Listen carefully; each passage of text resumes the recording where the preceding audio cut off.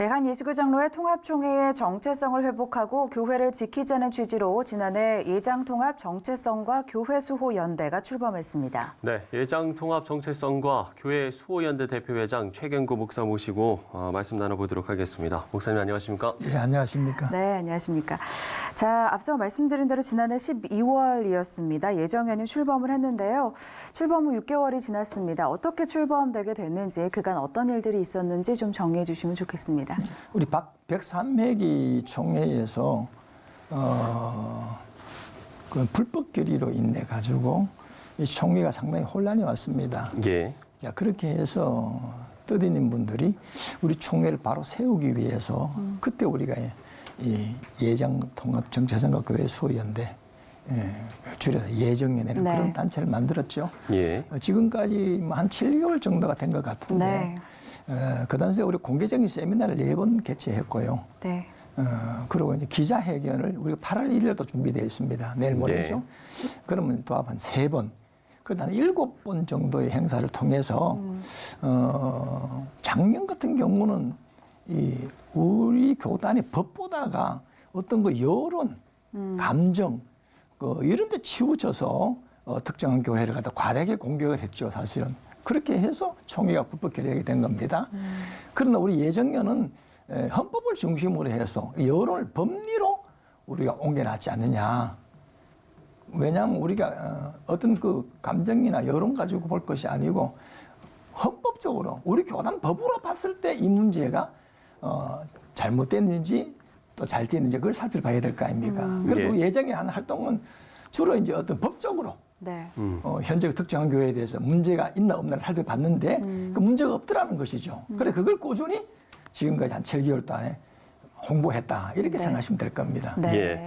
그러면 이제 구체적으로 어떤 부분이 정체성이 훼손이 됐는지 그걸 어떻게 보시는 건지 좀 설명을 해주시면 좋을 것 같습니다. 우리 이래요. 한 교단에는 물론 뭐 어느 회사나 국가도 마찬가지지만 정체성이라는 게 있습니다. 네.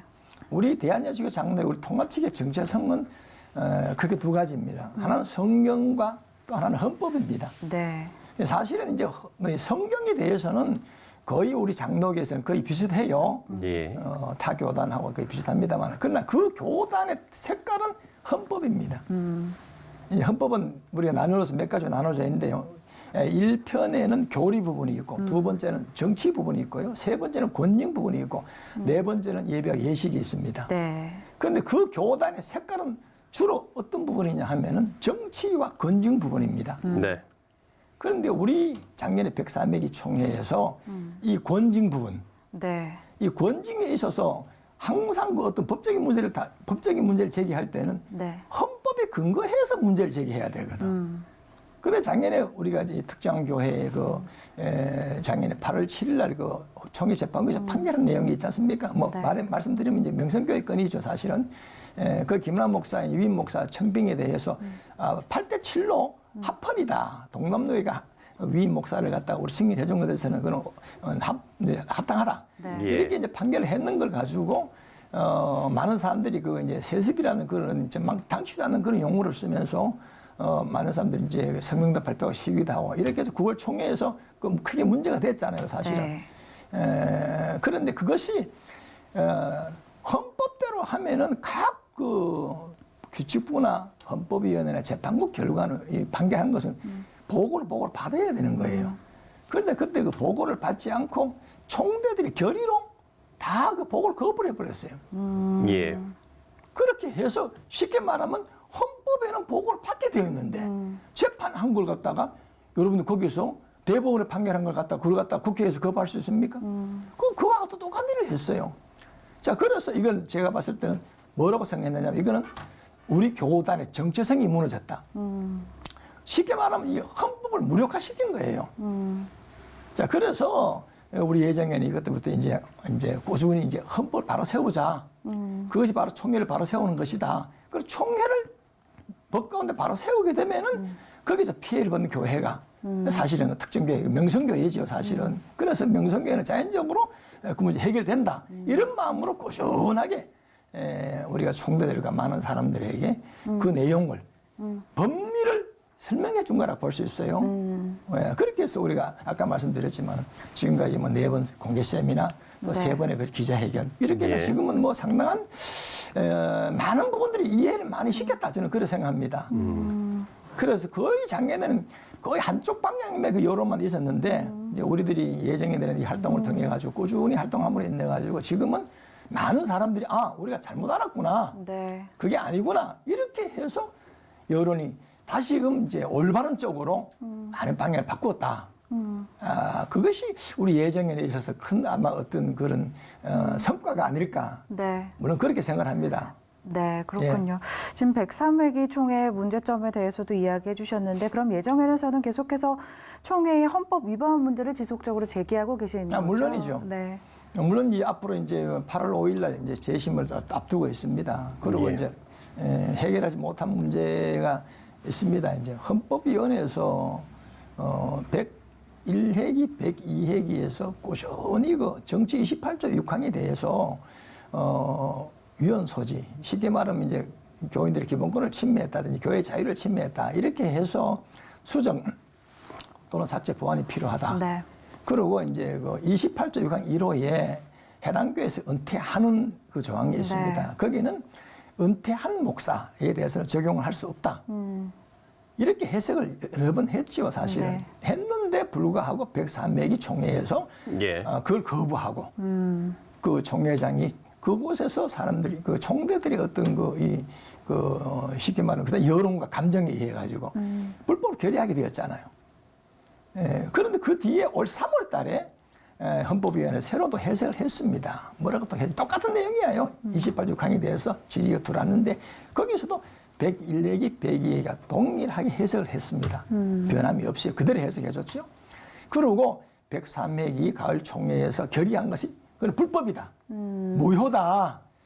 예. 이렇게 또 헌법위원회 해석한 겁니다. 네. 그러니까 이제 임원에서 그 부분에 대해서 이제 헌법위원회에서 임원회로 보내준 걸 임원에서는 그 해석 의뢰 기관에 통보를 해줘야 되는데 안 해주고 다시금 헌법위원회에다가 반려를 했어요. 그럼 헌법위원회에서는 다시 또 그걸 임원회가 다시 또 보냈어요. 현재 임원회가 그걸 가지고 있습니다. 이게 이제 큰 문제죠, 사실은. 빨리 그 임원회에서 그 해석 의뢰 기관에 통보를 해줘야 됩니다. 네. 그러면 되는데 이제 그런 것들이 때문에 지금 현재 아직도 이제 많은 문제가 있죠, 사실은. 그리고 이제 예. 방역 재심이 좀 남아 있고요. 뭐 이런 부분들은 이제 순리로 하면은 제가 생각할 때는 이제 뭐 법적인 문제가 다 이제 많은 사람들이 이해를 했으니까 올바르게 정상적으로 이제 해결되지 않겠는가 이렇게 생각을 하고 있습니다. 예. 총회장의 리더십 문제도 컸다 이렇게 보고 예. 계신 건가요? 문제는 이제 오늘 우리 통합적 교단의 문제는 하나로 말하려면 이 총회장의 리더십 문제입니다, 사실은. 이게 이제 거슬러 올라가면 102회기 이름을 대서 좀 미안하지만 그 재계약 총회장이 헌법위원회가 해석한 것을 임원들이 각 기관에 통보를 해줘야 되는데 네. 그 재계약 총회장이 그것을 각 기관에 통보를 해주지 않고 이걸 가지고 103명이 가지고 나왔는 거예요. 사실 이거는 뭐냐면 자기가 안 한 거는 직무유기고 또 102에게 처리 안 한 거는 직무유기고 103명이 가져온 것은 직무 남용이 되는 거예요. 근데 이걸 가져가서 103명이 때 가져온 겁니다. 그래서 그 총회장이 거기서 이제 큰 문제가 생긴 거고요. 그리고 103명이 총회장은 그걸 또 받으면 안 되는데 그걸 또 받아줬어요. 그래가지고 그걸 총대들에게 포결로 또 붙여버렸단 말이야. 그래서 그때 511대 849인가 이렇게 결의해서 헌법위원회 복을 안 받기로 결의해버린 거예요. 여기서 총회장이 법대로 했으면 이 복을 안 받, 그걸 갖다가 이제 안 받아야 되는데 받았고 또 결의를 예. 안 붙여야 되는데 결의를 붙여버렸어. 포결에. 그 이 총회장들이 제가 생각할 때는 아마 그 103회기에 근본 총회장 우리 이명석 총회장님은 뭐 좀 죄송하지만 어떻게 생각하면 헌법에 대해서 재반 내용을 좀 잘 몰랐지 않느냐. 왜냐면 헌법과 재반 규정이 많이 있거든요. 회의 규칙도 있고 이런 부분에 대해서 우리 총회장님이 사실은 잘 숙지하지 못해서 바로 이런 문제가 왔지 않느냐. 네. 그런 생각이 들어요. 그랬으면 이제 그 뒤에 우리가 꾸준히 그 문제를 제기했습니다. 제기했으면 지금이라도 그 문제를 자기의 실수로 이 잘못했다 해서 이제 실수를 인정하고 이걸 시정하면 되는데 아직까지 우리가 생각하는 만큼 흡족하게 시정을 좀 아직 안 하고 있어요, 사실은. 그래서 계속해서 현재 이 총회 현안 문제가 네. 상당히 지금까지도 복잡하게 지금 좀 얽혀 있습니다. 일부는 좀 풀린 건 있어요. 네. 예, 그렇게 됐습니다. 네, 아직 좀 풀어가야 할 일들이 많다고 예. 보시는 건데 일단 사고노회로 지정됐던 서울 동남노회는 좀 정상화가 된 것 같습니다. 어떻게 좀 지켜보셨나요? 서울 동남노회가 7월 25일 날 과연 그 수습정권위원회에서 이제 소집을 했는데 이게 수습노회가 성립이 될란가 안 될란가. 그럼 이제 목사 장로 이제 과반이 출석을 해줘야 되거든요. 예. 그런데 다행히 참 하나님의 은혜로 또 수습정권위원회의 그 활동과 그 동남노회에서 뜻 있는 분들 정말 이 노회를 이제 바로 세워야 되겠다 이런 뜻 있는 분들이 이해가지고 다행히 그날 노회가 성립했습니다. 종족수가 다 채워졌고요. 그래서 정상적으로 임원회 구성을 했습니다. 그렇게 된 배경에는 7월 22일인가요? 비대위 측에서 네. 김수원 목사 측에서 자기가 노회장이다. 총회에서 이 노회장의 활동에 대해서 직무 가처분, 그렇게 방기하지 마라. 이런 직무 가처분을 서울지방법원에다가 이제 소를 제기했는데 7월 22일인가 아마 그럴 거예요. 아마 그날 기각을 했어요. 그래서 김수원 그 목사가 서울 동남노회 노회장이라고 할 만한 충분한 어떤 거는 근거가 없다. 이렇게 해서 그걸 이제 물리쳤죠, 사실 기각으로. 네. 그렇게 해서 동남노회가 7월 25일 어쩌면 이제 노회가 개최가 될 수 있겠다 생각했는데 역시 이제 25일 날 많은 사람들이 이제 호응해줘서 노회가 이제 개최됐습니다. 개최된 임원이 선출됐고 정상화된 거죠. 네. 이제 뭐 아마 한 2년 동안에 동남노회가 사실 그 어려움을 겪었기 때문에 할 일이 많을 겁니다 아마. 그래서 이제 뭐 아마 제가 알기로는 8월 14일 날 다시 임시노회를 소집해서 총회 보내고 그 총대 선거도 하고 또 여러 가지 밀린 업무가 많잖아요. 예. 그렇게 해서 이제 풀어 나갈 걸로 그렇게 봅니다. 이제 뭐 큰 문제는 이제 해결 좀 됐죠, 사실. 노회가 이제 정상화됐으니까요. 예. 예. 지난 6개월의 어떤 예정연의 활동에 대한 소개도 좀 궁금한데요. 예. 이분은 좀 어떤 의견을 갖고 계신가요? 작년에 제가 이제 12월 20일 날 그 예정연을 갖다 이제 드리는 분들하고 같이 우리가 기도하면서 이제 창립을 했는데 그때까지만 해도 굉장히 암울했습니다. 제가 이게 이런 부분에 대해서 이제 사실은 기도하면서 나타난 것은 그 우리 명성교회는 저는 평소에 참 명성교회와 개인적으로 아무런 관계가 없지만은 우리 한국 교회의 상당히 어떤 그 모델적인 교회다 이렇게 생각하는 사람이거든요. 그리고 우리 통합 측에서도 통합 측하면 명성교회.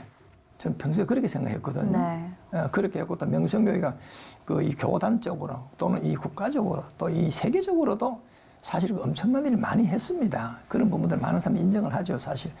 그런 교회에 대해서 그 문제는 명성교회 문제는 간단한 거예요. 많은 사람들이 아직도 모르고 있더라고요. 개교회 목사 천명입니다. 그렇지 않으겠죠? 김상황 원로 목사님이 이제 은퇴하시고 그 뒤에 후임 그 담임 목사를 누구로 천명하느냐 하는 그 문제잖아요. 다른 문제가 아니거든.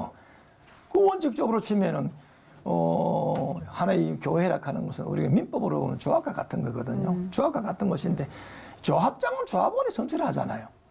그러면 교회 목사도 누가 선출하겠어요? 교인들이 선출하잖아.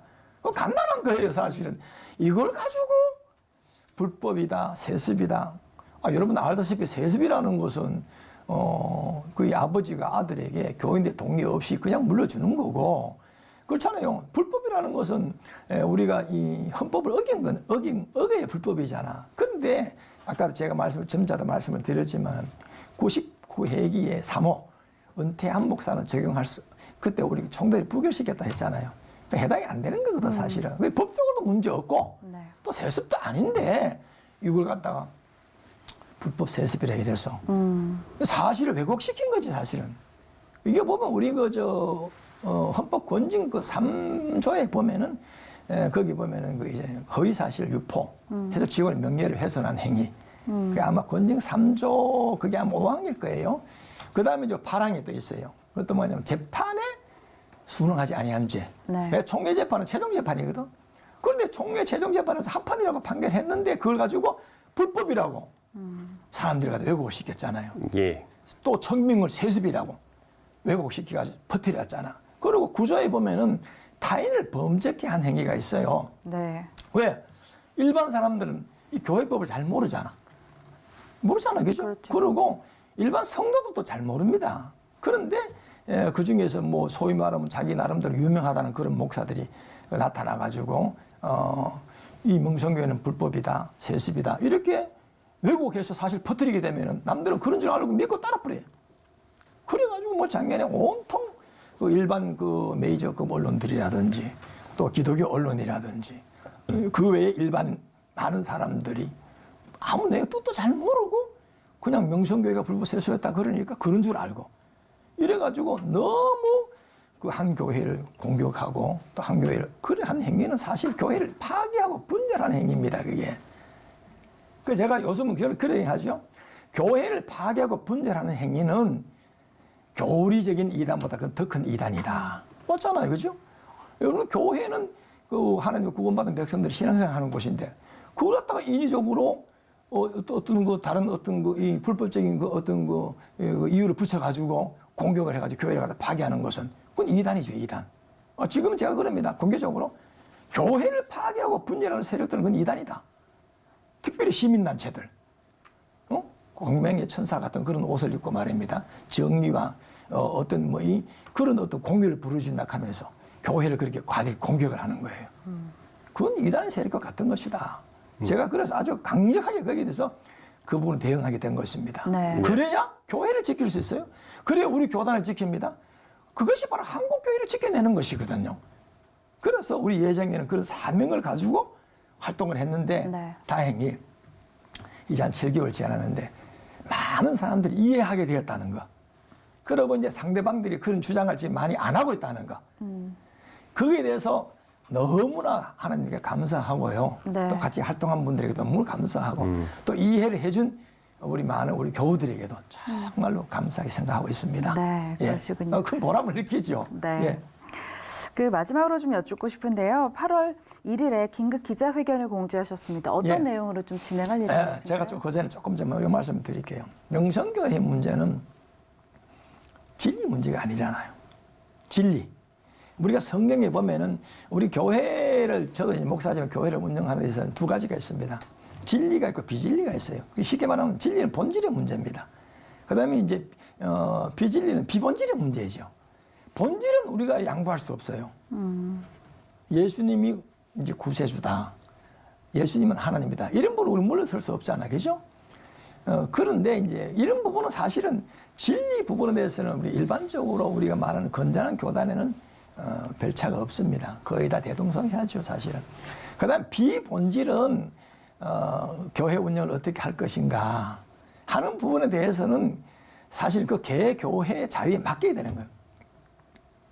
맡겨야 되는 겁니다. 그런데 그 진리 문제도 아닌 비본질의 문제, 그 개교회에서 자유롭게 할 수 있는 문제에 대해서 과대하게 사람들이 거기 개입을 하게 되었어요. 그 자체가 가지고 크게 잘못한 거죠, 사실은요. 예, 그걸 이제 우리 이 방송을 이제 보시는 분들이 잘 좀 이해해 줬으면 좋겠습니다. 그 부분요. 예. 그리고 네. 이제 우리가 그 예정위원회 그 앞으로 우리 해야 할 일은 이 총회가 정말 바로 세우는데 법적으로 이 정체성을 바로 세우는 데 있어서 계속해서 우리 활동을 많이 할 겁니다. 사실은요. 아직도 우리 교단이나 한국 교회에 있어서 여러 가지로 지금 혼란한 부분이 많이 있습니다. 사실은요. 뭐 우리가 받아들일 부분도 있고 지적하는 부분에 대해서 사실은 또 그렇지 않는 부분인데 너무 과대하게 그런 부풀려서 그렇게 또 하는 것도 많이 있어요. 사실은 그런 부분들은 사실은 그건 결코 한국 교회를 위해서 정말 위하는 게 아니고 교회를 해치는 행위이기 때문에 꾸준히 우리 그 부분들은 올바르게 좀 우리가 홍보하려고 그렇게 생각을 하고 있습니다. 예. 그렇게 해서 한국 교회를 지키려고 네. 그렇게 생각하고 있습니다. 알겠습니다. 자, 교회의 정체성을 회복하고 또 말씀해 주신 대로 교회를 지키자는 취지에 맞게 앞으로도 좀 힘써주시기를 바라겠습니다. 네, 예장통합 정체성과 교회 수호연대 대표회장 최경근 목사와 이야기 나눠봤습니다. 오늘 말씀 고맙습니다. 예, 감사합니다. 감사합니다.